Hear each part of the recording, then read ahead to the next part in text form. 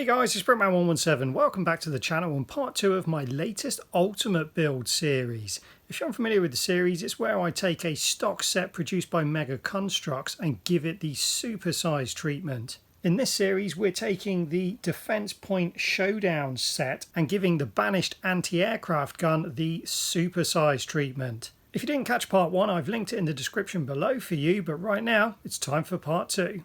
So we're going to jump straight into the speed build where we left off from part 1. But I just want to disclose at this point, for those of you that just want to see the end result, you might want to hold out for the review video. This is a long-term build. It will take me a while to do it. I'll release a number of videos which will show the process as we go through it. So for those that are interested in how it goes together, seeing it and hearing it, I suggest you stick around. For those that want to see the end result, hold out for the review video. So what I'm doing now is basically creating the central room of the gun, which is a relatively large space. This in itself was incredibly difficult. This section here, you can see I'm trying to get the actual template, which I did change slightly from what you saw in the last video. What you see in front of you now is the final result. That's the floor plan, and it is pretty large. All the yellow bricks are because I want to give a sandwiched double layer effect. This is purely for strength.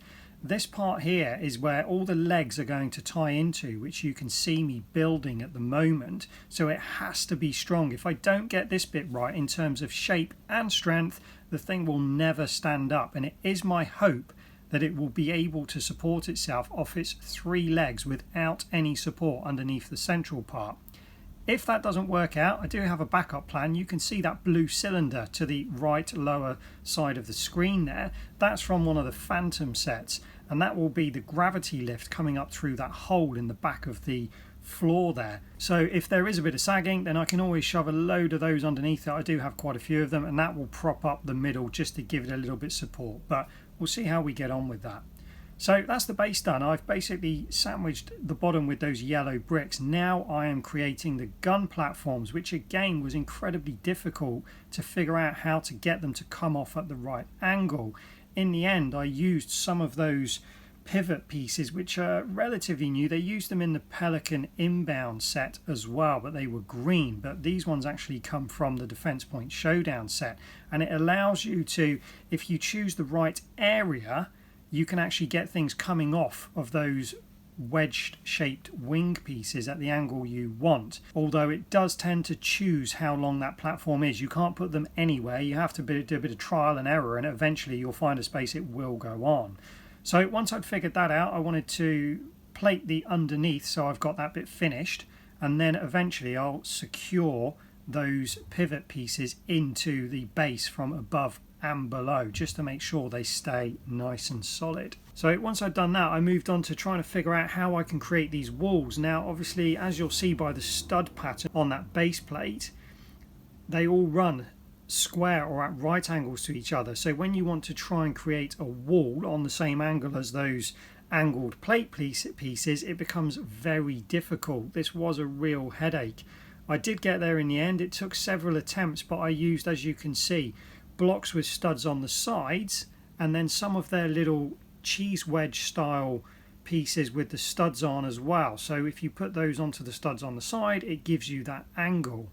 Thankfully in the Defense Point Showdown set, there are lots of these in grey, which are a very slight angle, which almost perfectly matches the angle of those wedged plate pieces that are used for wings in a lot of the Halo sets.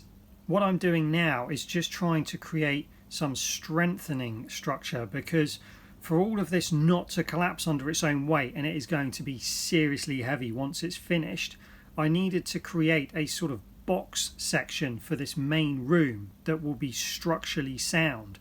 The walls hanging off the side being attached by studs on their side will give no structural strength at all. They're simply cosmetic to create the right angles. Behind that interior box, that's where the strength will come. It's not finished yet, but it will eventually. Now, as I came to the other end of this opening here for the gun platform, I ran into a problem where it didn't want to marry up with the studs. I actually ended up having to go right to the end of the platform before I managed to find a way to marry up the same pivot pieces I was talking about earlier to stitch into that base plate. So whilst it works, it's not ideal because it doesn't run along the same angle as those wedge pieces, so they are deviating away from each other slightly. But once it's finished, no one's going to notice, and I certainly don't care. And in all honesty, it's the best I could come up with to actually make this shape work. So by all means, if anyone thinks they got a better idea, feel free to post it in the comment section, but this was the best I can do. And trust me, this may be a quick video, but this took ages. This was almost 2 days of solid building, what you see in this video here, because it's just such a headache trying to get the angles right and trying to figure out a way to make it work and be structurally sound and not fall apart every time you touch it. For those that are wondering, those scaffold style black pieces, they are from the countdown sets, which I've purchased quite a few of in the past. So I've got an absolute bucket load of these, and they come in really handy.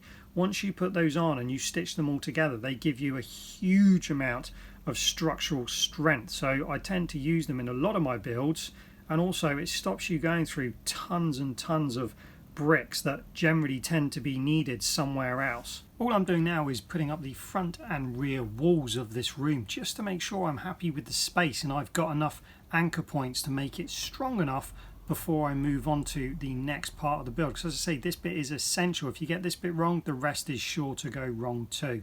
So once these walls are up, that's me happy with the interior space and what I've got to work with. Once I was happy with the interior room, I decided to create a few details. As you can see, I've created some gun shields or gunner's shields for the corners of the gunning platform. I also created 4 Banished stationary turrets using the translucent red cones that come with the Defense Point Showdown set. And I'm sure you'll agree this makes a huge improvement to these exterior gun platforms and looks like it's going to be great for posing figures on when we get to the diorama at the end of this build. Once this gun's complete, you will have also seen that I decided to have a very quick go at creating the large hollow table that is seen in the trailer. That's that big red thing there in the middle. I don't think that's finalized. I just wanted to get a really good feel for the space, and that's pretty much what I'm going to have in there, but I think I can do a better job of that hollow table if I get a few more pieces and so on. So a lot more time to be spent on that. This was just for the purpose of this video, just to give you an idea of what it's going to look like when it's finished.